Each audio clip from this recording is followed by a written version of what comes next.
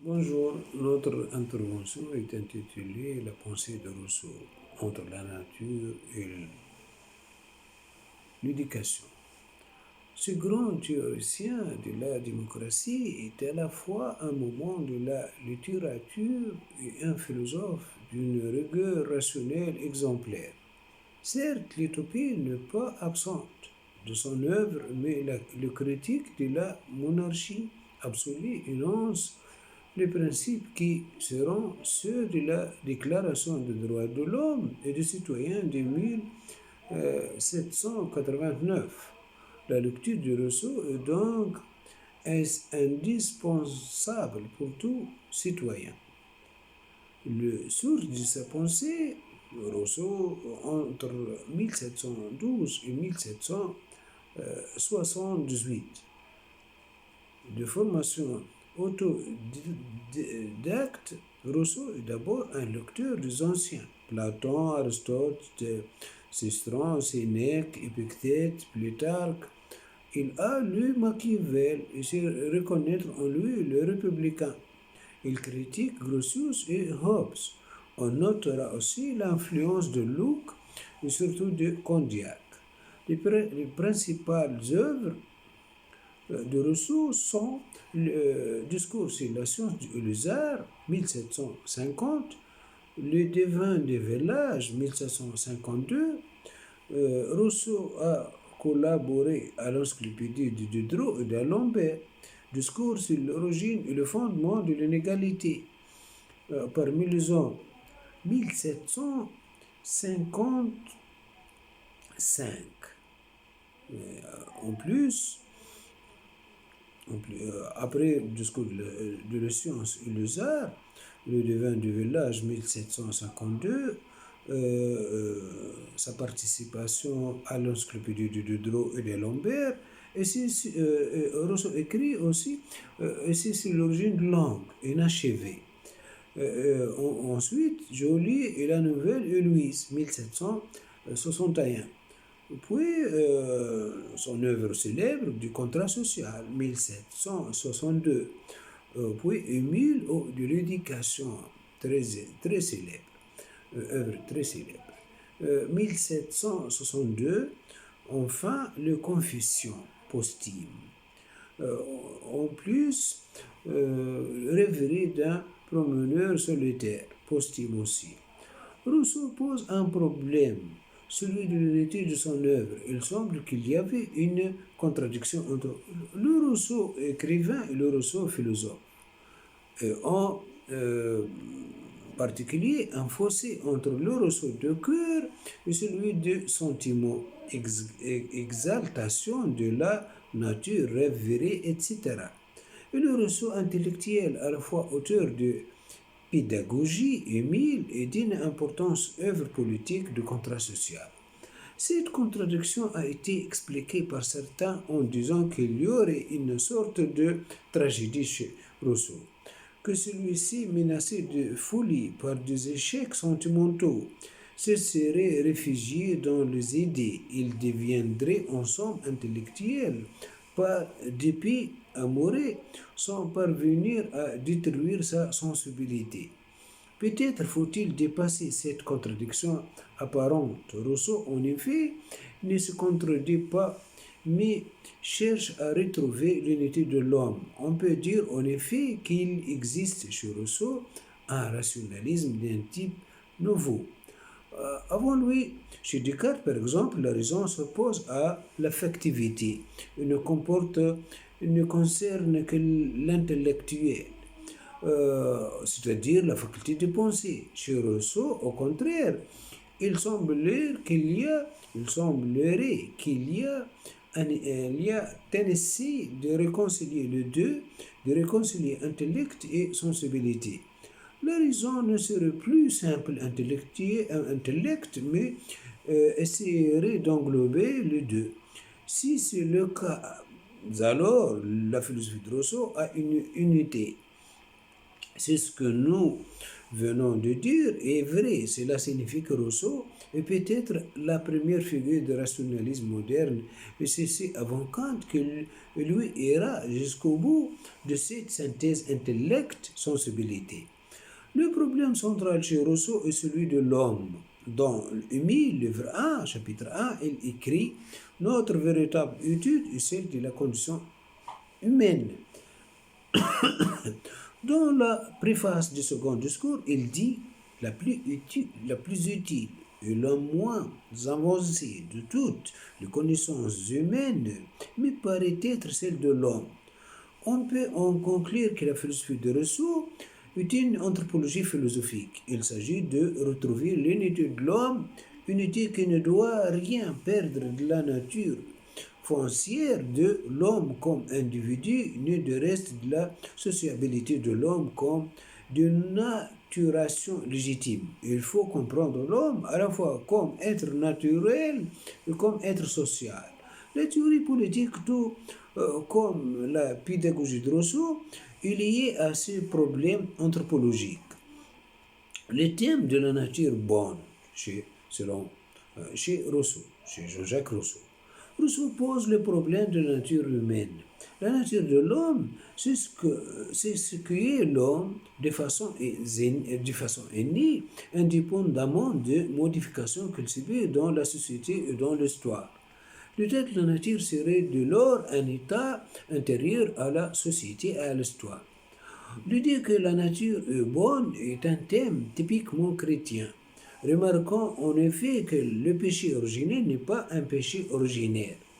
Euh, En d'autres termes, l'homme n'a pas été créé pécheur, mais a péché après la création. Le péché n'appartient pas à l'essence de l'homme, mais à son histoire. Pour Rousseau, la nature est bonne et pas seulement la nature de l'homme. Le comportement naturel des animaux relève aussi de cette bonté. La pitié, par exemple, une des deux passions naturelles de l'homme, existe chez les animaux. Rousseau cite les cas du cheval qui s'écarte pour ne pas piétiner un animal blessé. Le fond de l'homme chez Rousseau se confond avec la conscience de l'homme. C'est ce que je sens être bon et bon, et ce que je sens être mauvais et mauvais. L'homme originairement est bon. La conscience est critère de la bonté de l'homme, l'existence même de la voix, de la conscience qui est innée, prouve que la nature est bonne.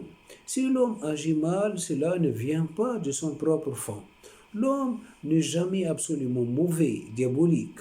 Pour Rousseau, il faut distinguer l'être de l'homme de paraître de l'homme. L'homme paraît mauvais parce qu'il est devenu au cours de l'histoire, mais il ne l'est pas dans son fond. Dès lors, il faut dénoncer ces paraîtres.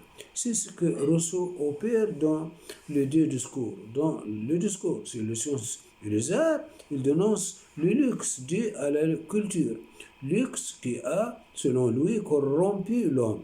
Dans le discours sur l'origine et le fondement de l'inégalité parmi les hommes, il dénonce le processus historique qui a fait l'homme esclave quand il devait être libre. Il faut séparer ce qui est constitutif de l'homme, ce que Rousseau sent en son propre fond, en son intimité, ce que je sens être bon et bon, ce que l'homme éprouve et ressent lui-même et qui constitue sa nature, de ce qui devient sous le poids des circonstances. Il faut bien voir que lorsque Rousseau parle d'un état de nature qui aurait existé avant l'état social, avant le début de l'histoire, il ne pose qu'une hypothèse purement théorique qui est simplement utile pour montrer les causes du malheur de l'homme. Dans une lettre à Christophe de Beaumont, Rousseau écrit: Cet homme n'existe pas, direz-vous. Soit, mais il peut exister par supposition. Et dans le second discours, il ajoute: il ne faut pas prendre les recherches dans lesquelles on peut entrer sur ce sujet pour des vérités historiques, mais seulement pour des raisonnements hypothétiques et conditionnels. L'état de nature n'a pas existé. Les primitifs eux-mêmes sont historiques et sociaux. Pourquoi dès lors parler de l'état de nature si c'est qu'une pure hypothèse? C'est une hypothèse peut-être, mais une hypothèse utile, car elle permet de comprendre le social. Comment connaître le social? En effet, sans connaître l'individuel. Si ton est, si ton tiers existe qu'une société est une somme d'individus, mais comment connaître l'individu lui-même, tel qu'il est indépendamment de la société?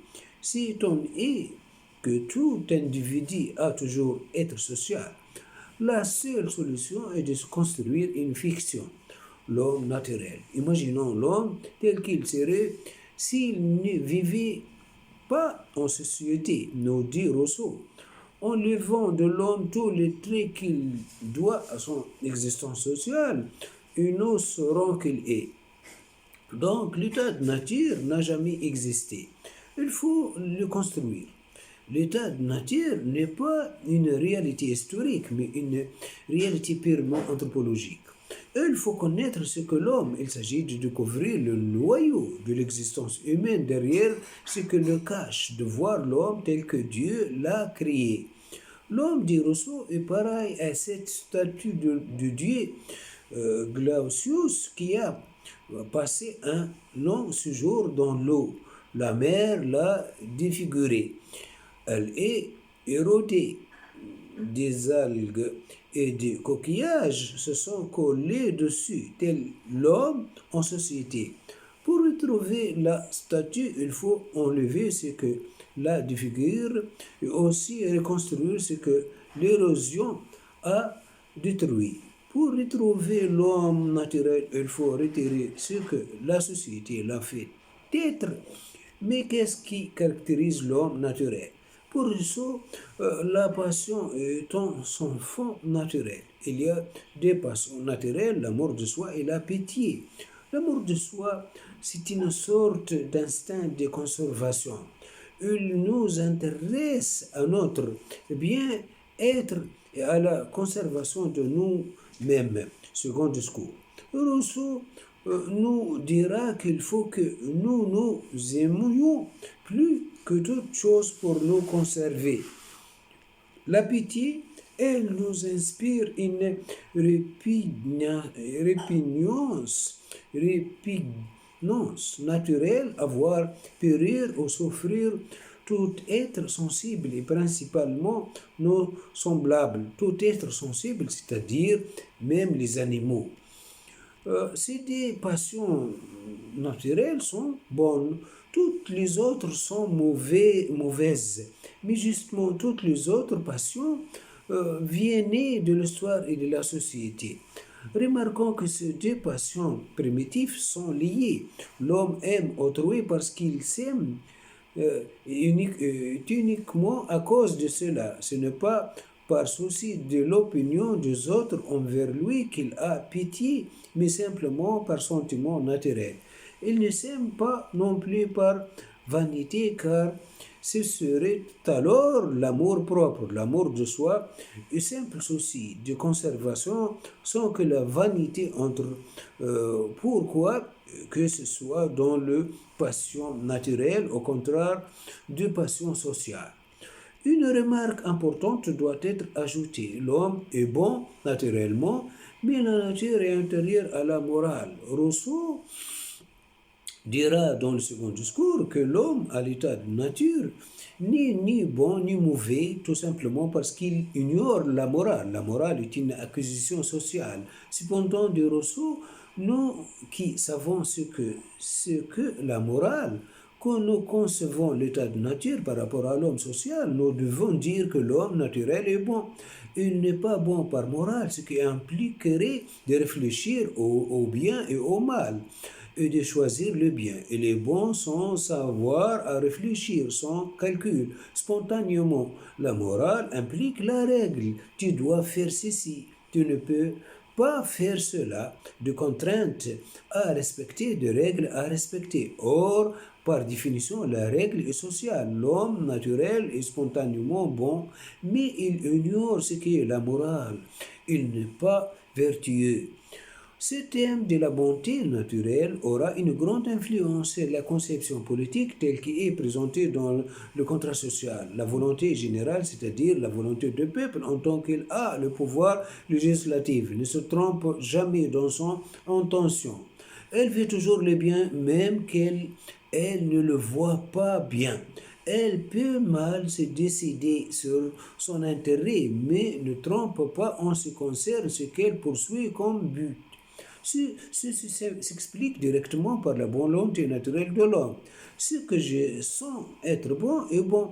Ce que la volonté générale sent être bon est bon. Si cependant le mal existe, si l'homme qui a toutes les possibilités pour être bon ne le pas, c'est que l'histoire a dénaturé l'homme. L'homme naturellement est perfectible, c'est-à-dire qu'il a un être capable de devenir, de transformer. C'est de reste la principale différence entre l'homme et l'animal. Seulement, la perfectibilité et la possibilité aussi bien de se transformer en bien qu'en mal.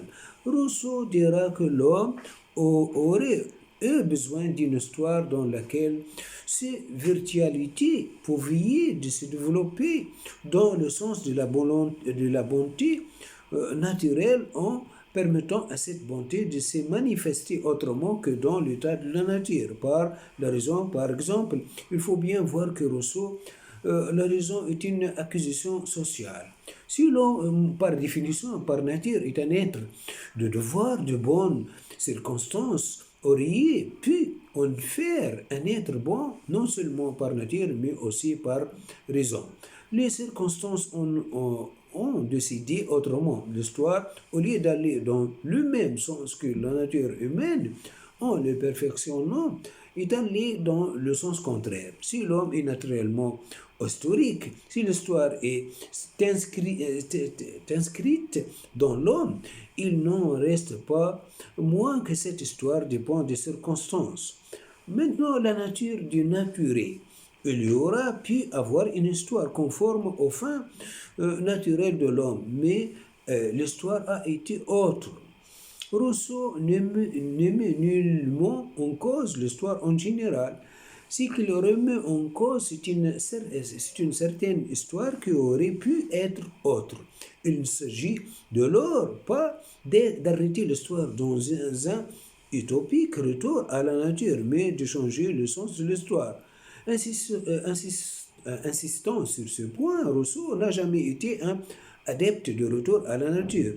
Ce contresens particulièrement tenace sur sa pensée est pourtant clairement réfuté par Rousseau lui-même. Dans Rousseau, juge de Jean-Jacques, livre qu'il a justement écrit pour répondre à ce genre d'attaque que lui faisaient certains penseurs de l'époque, Rousseau écrit la nature humaine ne rétrograde pas jamais. On remonte vers le temps d'innocence et d'égalité quand une fois on ne sent est éloigné. Si l'état social actuel est mauvais, ce n'est pas pour cela qu'il faut retourner vers l'état de la nature.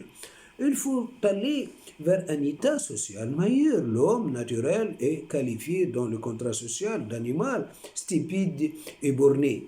Ce contresens vient surtout de Voltaire. Rousseau veut nous faire retourner à l'état d'animal à quatre pattes. Voltaire n'a rien compris. Le préjugé est tenace. Il tient peut-être à des raisons psychanalytiques et sociales qui font du thème du retour à la nature un thème trop répandu. En tout cas, tout ceci n'a rien à voir avec Rousseau lui-même, qui est très clair là-dessus. Rousseau n'est donc pas contre l'histoire, mais critique l'histoire telle qu'elle a eu lieu. Simple hasard, les circonstances sont tout à fait fortuites. Rousseau parle de funeste hasard. L'origine de mal ne vient pas de la nature humaine, mais de hasard. De lors, pas de pessimisme. Le salut est possible. C'est possible. On voit que Rousseau, ici encore, a une doctrine qui fait penser à celle du christianisme. Le salut est possible. Euh, Quel a été ce funeste hasard? Ce fut l'apparition de la propriété. Ce n'était pas le début de l'histoire. L'homme avait progressé avant, mais c'est à ce moment que les choses se sont gâtées.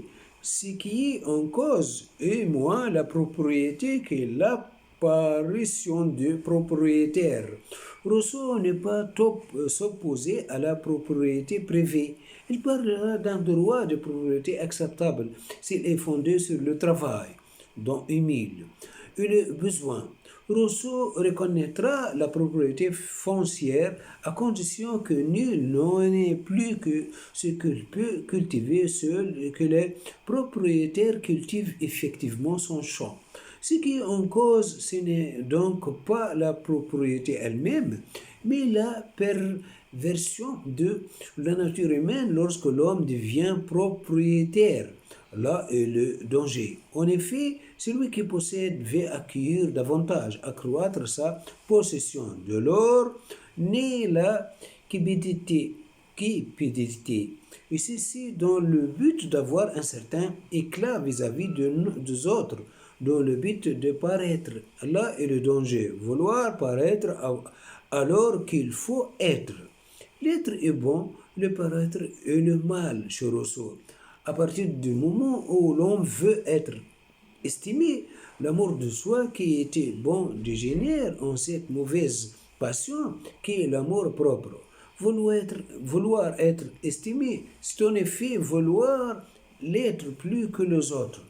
De deux choses, l'une où on y réussit, et alors naissait la vanité et le mépris des autres, où on n'y réussit pas, et alors naissait la honte pour soi-même et l'envie envers les autres. Toutes ces passions sont mauvaises. De lors, il suffit que quelqu'un involontairement ne fasse pas ce qu'on attend de lui pour que l'autre se sente outragé et croit qu'on le mépriser. Le querelle en essaie.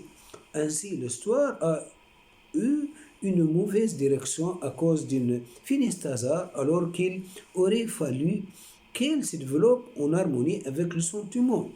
La véritable paix de la conscience n'est pas dans la solitude de la nature, mais dans une nouvelle société. Pour cela, il faut une communication entre les hommes, une transparence entre les hommes dans la sympathie. La propriété fait l'inverse. Elle ne nous ouvre pas aux autres, elle ne nous oppose aux autres. Elle crée l'inégalité, le pauvre et le riche, la vanité et le mépris. Seule l'égalité permet la communication entre les êtres dans la transparence. Sous le regard de sentiment qui est la sympathie, la propriété est génératrice d'inégalité. Le propriétaire confond amour propre et amour de soi. Si c'est une bonne société, et non un retour à l'état de nature qui doit permettre la transparence entre les hommes, c'est que la bonté, si elle est nécessaire, ne suffit pas. Il faut aussi la vertu. Le vertueux est celui qui agit, non par rapport à lui seul, mais par rapport aux autres. Pour cela, il faut raisonner et lier le raisonnement au sentiment.